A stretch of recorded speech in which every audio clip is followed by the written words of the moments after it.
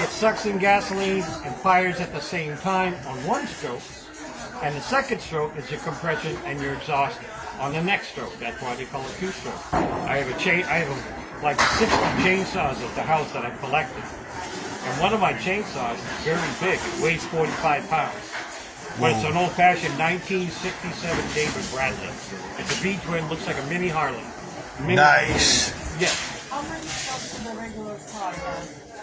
Believe it or not, I don't care how many pistons you got in the car, it's still a four-stroke. It still has to run like a four-stroke. So what are the steps again? So, if you want, the four-stroke works just like this. It's called intake, which means it sucks the gas in. It's called compression, which is compressing the gasoline. When it gets to the top, the flywheel, this little bad boy right here, has a coil sitting on top of it. As this spins, coil comes around. These are magnets. Watch this. Bing, see? Bing. Those are magnets. When it comes by and hits the coil, it makes a spark. Sends it to the spark plug. Boom! Fires the gasoline on the compression stroke all the way up. Because it fires so hard, it's an explosion you can't see. The explosion puts the piston down fast, and boom, that gives you a power stroke. So that's the third stroke. And then it comes back up, but you got to get rid of the exhaust. Hi people that's watching. That's all done, and it starts all over again. How quick does it for a car? It depends. Like, I have an engine right now that's very high performance, and it's a V-twin, and that thing turns 6,200 RPM. Your car going down the road at 55 miles an hour, standard cars today may do 2,200, 2,500 RPM at 55.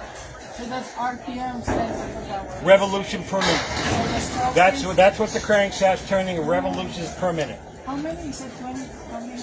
It could be depending on the car. Like, I drive a van for the school that has an 8-speed transmission. Wow. So at 55 miles an hour, I'm only turning 1,800. So But I have 1,800 times per minute? yes, yeah, 1,800 times. But I have a car I have built at home called an IROC Z, 1988, 720 horse. And it turns 7,000 RPMs when I'm racing it. That's pretty radical. And it runs on CAM2 airplane fuel, which is 121 ethanol as far as the octane, 121 octane. So it runs on airplane fuel. And that's what my car will do. It's very fast, it's very quick. I built it myself. It has a stroker motor in it. But just because it's a stroker motor, then it's powerful, it's still a four-stroke engine. Doesn't matter how many cylinders you got. You can have an airplane engine running on 16 cylinders, it's still a four-stroke. Cycle, yes. It just keeps going through that cycle. Wow, thank you. The only difference is it's timed by how many pistons you got, that's all. Thank you. So, Question. yes. Oh, I say good question. Yeah, good question, excellent question. Engines work, does he have capacity? So what I was saying, in order to make the engine do what it's got to do, these two have to be lined up by a timing mark. See that little circle right there? That lines up on the mark that's on this gear. And when you line that up, these spin just like this. And the crankshaft, you can see, just misses. Just misses the camshaft. See, it doesn't hit the camshaft at all.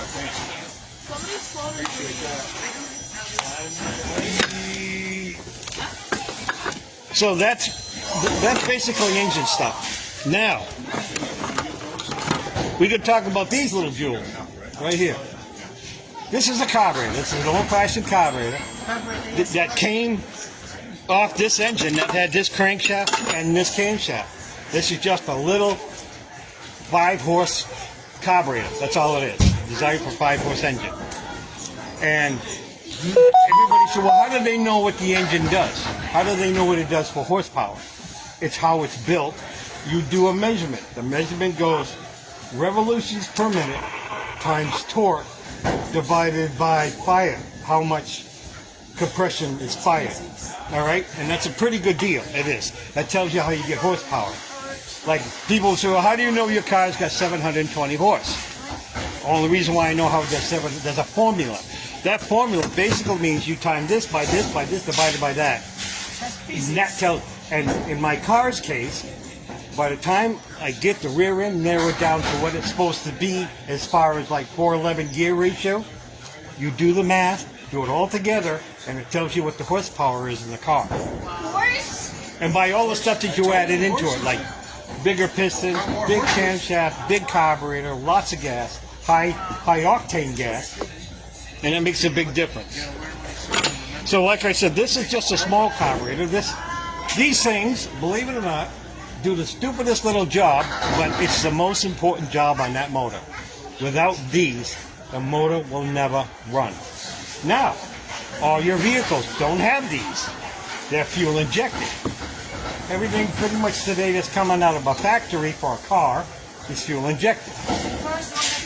No more carburetors, they're long gone, except for my car. My car has a carburetor. I have a very big carburetor. I have a 750 on top of a 724 horse engine. So, the fuel injection, which means basically you're running the same gas as everybody else is, but what happens is there's a little pump in the tank that's high pressure, 125 psi, pumps the gasoline all the way up to the engine. It hits a fuel regulator. The regulator governs it so you don't use like 90 gallons a minute. It regulates it so the car will run more fuel efficient. It gets injected into the car engine cylinders, and boom, it's all timed. Everything is timed for the right amount of fire, kick, push, and go. That's what it's all for.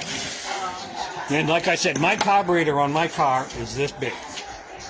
It's very big because I push a ton of horsepower. I have a couple more oddball things. Now this, I want to show you these because this is how I put engines back together. Oh, look at this. I want to show you this too. This right here is a coil. And this right here is what the coil fires. So that's a spark plug. Right. And this is the coil. This little thing right here sits on top of the spark plug. And when this little bad boy circles around and spinning, comes around, I gotta be careful because I can literally electrocute myself if I'm not careful just by doing this. Wow. So if I spun this really fast by this, it would create a spark, and since I'm holding it, I would feel it. Because all it does is that this is a magneto type thing. It's like, the easiest way to explain it is like a camera. You've seen cameras with flashes? They won't flash until you hit the button. They don't flash on their own. It's like an old Polaroid. It's like an old Minolta camera with the big flashes.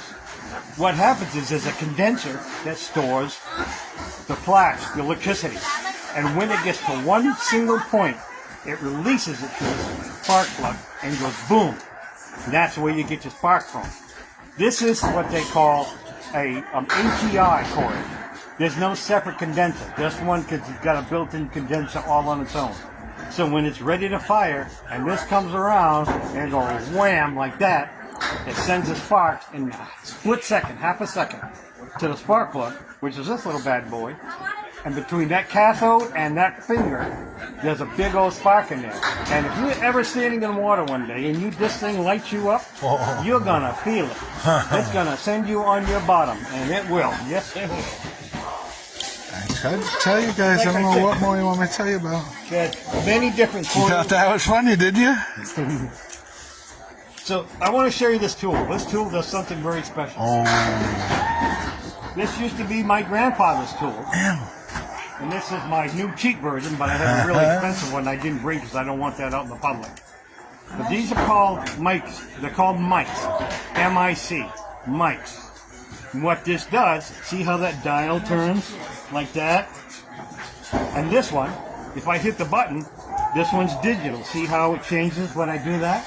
And you measure stuff and you go like this. Like that, see that? I use these building my car engine because I want to make sure my camshaft was right, my crankshaft bearings were correct. I want to make sure the bearings for the rods were correct. I wanted to make sure the pistons were oversized and the cylinders were correct. That way I could do the math, knowing how much horsepower I got and knowing what kind of rear end I needed for RPM and torque. Precision. And the gear ratio. I wanted to make my car just right because it's an 88 Camaro. Get this, I haven't driven it in 15 years. This is the first year I get to drive it. No way. I got the interior done. Okay. I got the rear end done. I got brand new wheels on it. I put a special poly-made hood. See, Actually, now not we're on this talking. phone. This is what happened was I went to a fire. I got to tell you the story. I went to a fire and I forgot my phone was in my fire gear, and it caught on fire inside my jacket because it overheated. So what happened was, not only did I burn the SIM card, but I lost all my contacts. I lost all my texts. Oh my gosh. Lost everything. And what happened is that I didn't know that my cloud, as they say, my Verizon cloud, was shut down. I didn't know it was shut down. So it never backed up none of my Bummer. pictures. The only thing that was saved is what I have in my picture file. That's it. So these are mics. These are very technical measurements. Very technical measurements. You can go up to 400ths of a thousand measurements with these. You know how much a 4,000ths of a measurement is? A piece of hair in your eye. Right here. That's how much a 4,000ths. So a couple more things. I want to show you these. Gotcha. Everybody know what these are. No, I'm doing it today. Gotcha. Everybody know what these are. No. I'm sorry, what'd you say, what? Kind of, but not really. These are actually ride discs for snowblowers. This is what makes your snowblower go. Like a This one is clutch? Husqvarna. Reason why? Husqvarna has replaceable rubber rings that go on their discs. Nice. This is Ariens. Ariens does not. This is the older Ariens. I have 13 snowblowers. 11 of them are Ariens, and the other 2 are Huskies. Because I can't stand Husky snowblowers. I hate them with a passion. But You had to work on too many of them. Huskies are too, how do I say it? Too technicalized. They should be just keep them simple like Ariens does. Ariens makes them simple to work on. And Husqvarna does not. Yeah. Husqvarna is the only ones I know that make 6 cables on their snowblowers. Wow. What the heck is that? Can't interchange nothing, Right. huh? Yeah. So anywho, what I want to show you is this kind of coil. Whoa, man. This kind of coil Look at that one, man. is off a boat. I have repaired many boat motors, all the way up to 245 horsepower. And they say, well, we'll bring you the boat. I said, no, you won't bring me the boat, because that motor's too big to put on my barrel. So they bring me the boat, and I rebuild their engines when they blow them. And one engine I had to tell you about, I wish I could have brought some parts of it, but I didn't have. It just put away. This is a piston. See that problem there? Ooh, oh yeah. See that problem? That's what happens. And you know what happened? Outboard motors have a pump down below in the lower unit. And if it stops pumping water, You can guess sit what's there too, happened B. to your motor? Like right there. If you Just got push nothing that. to cool the engine, Push that in. the engine will burn up. And it will. That would make me happier. So it cost this guy $6,200 to fix his 225 horse Mercury outboard. And I repair, like I said, I repair all kinds of outboards all summer, all spring and summer long. Not bad. So I fix everything. I just want to show you this book. I got this book from my father. Now we're Remember talking. that book. 1967. I got this from my father. This is old. And I used this, believe it or not, to help your fix whole my motor career. to get my good grade in high school. Nice. Isn't that pretty cool? See? Look at all the diagrams. Oh, that's a good tells one. you number. Tells you how to rebuild a starter. Oh, that's a how fun old- one. Yeah, that's how old this book is. But look at that. It even showed right there. See how it's showing the coil doing its thing and everything? Spark plug boot right there. Whole 9 yards. That is the coolest book right here. Walked As old you as right it to is. it. Back It in the smells good as old it is. days. What was it? The thing is, I have I'm not saying that. 47 Back in the good books old days, to huh? repair everything I need to repair. And if I don't, now we can do a Good lot of job things listening. online. I have a lot of connections online. I can get stuff Parts online and that people can't even imagine.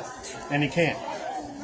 I used to fix sleds, but I got so tired of trying to get my hands into a tight spot on a sled. You don't I take will them not in. fix snowmobiles Yeah. out of my own. I will not do it. I don't blame you. So, what have I got left? I'm almost done. Oh, this is clockwork for you, huh, Bill? It ain't nothing.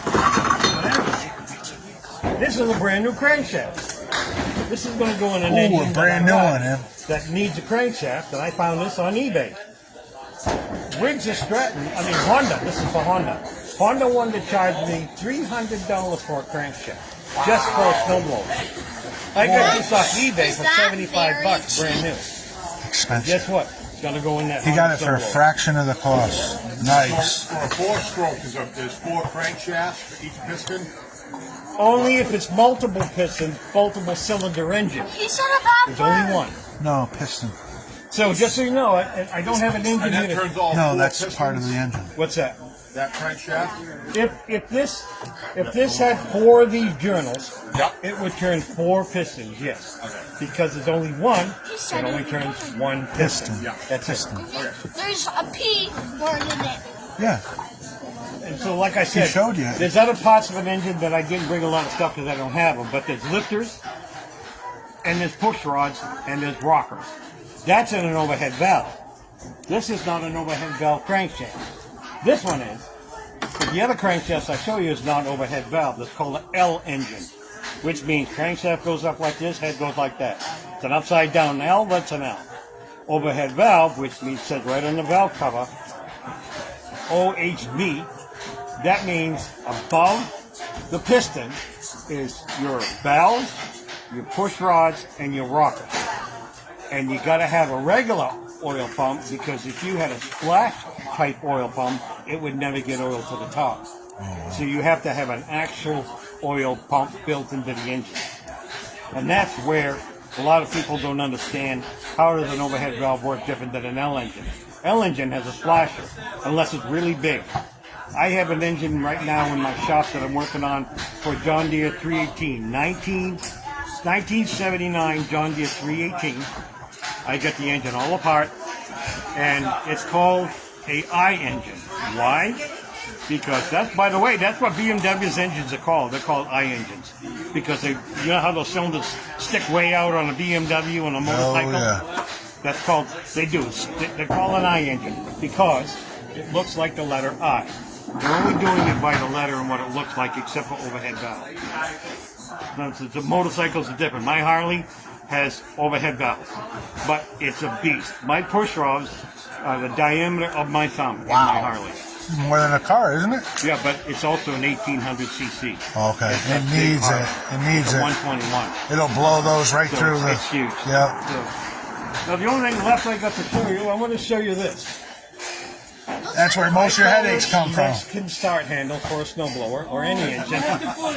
It's manual. It's Mexican, so I said it's a manual. See, a lot of snowblowers come with electric start. Sometimes people don't have an extension cord or they don't have a socket available, so they have to come out and do the hard start by pulling this bad boy. $5 and one of them. Lawnmowers will do it. Snowblowers will do it. Generators will do it. I work Just on wait. We're generators. gonna I do some have. warm-ups. I'm working on 6 gotta warm up generators with right these now guys. where they're all burnt up and I have to repair them to get You can do money. everything you want. So I work on Do everything generators. you want. Just gotta warm up with these kids. Because they came a far way. and All the warm stuff up I with brought in here today is get to stuff compete. that I work on every single day. Every single day. It makes me sad. I'm doing a lot of hard work. And so that's the basic of what we do, bowling or what I do. Okay. And it's like I said, the biggest things I work on now are tractors. I have, like I said, I have a 52 horse torn apart because he put gasoline in the diesel engine, and I have a 35 horse torn apart because he put gasoline in the. There's 3 different kinds of colored cans out there to get. You get a yellow I'll let can, them that's know. diesel. You buy a red gas can, that's gasoline. You buy a blue one, that's kerosene. His wife went and got gasoline in a yellow can. So he thought he had diesel fuel left over, He put it in the fuel tank of the John Deere because it ran out. The John Deere lasted maybe 4.5 minutes, and it went bang. Extremely went bang. It went bang so hard it cracked the cylinder head, cast iron, cracked it, and split it wide open. Gotta make sure you label that on the tank. Did you get her? Not all Did you get it Mercedes, from not me? all Mercedes run on diesel. They Say, wait, come back. That's what the Germans like to do, make the Mercedes run on diesel. Now it's not like that anymore. You get a lot of Mercedes now that are gas and high performance. Because you get more high performance out of gasoline than you will diesel. Diesel is more expensive. It is. It's like now, I think diesel goes to something like $4.59 a gallon or some stupid thing like that. That's crazy right now. So, and I told this guy, this is the sad part. All these cans I'm talking about that say what they're for, says right on them what they're for. Yellow says diesel. Blue says kerosene. Red says gasoline. Nobody pays attention to that anymore. That's what happened. He picked the can up. That's it. He picked the can up and he just started pouring it. Yeah, this'll work. Yeah. Then he goes, well, I thought it was gas. I said, dude, just pull the stem off the can, take a whiff. Yeah. You'll know what it Pull is. it out. Because gasoline will make your eyes curl, and diesel will say, oh, it's all right. Yeah. Usually they'll say it right on the It cap, does. It says right there. on. It says Yes. gasoline and diesel. And that's it. But the thing is that I know it's the Guys same did a color great as the can, job. but Some arm wrestling going on down here. Some home economics and tech ed. gasoline, and blue says kerosene. Plenty of food. That's very evident. You can't get it wrong unless you don't read it. That's it. Yeah. His wife was livid. I had to go to their house because I had to sit at their table and tell them all the Stop things that by. went wrong. And you know what? Here's the bottom line on that. No more throwing things in here. Hey, no throwing stuff, guys.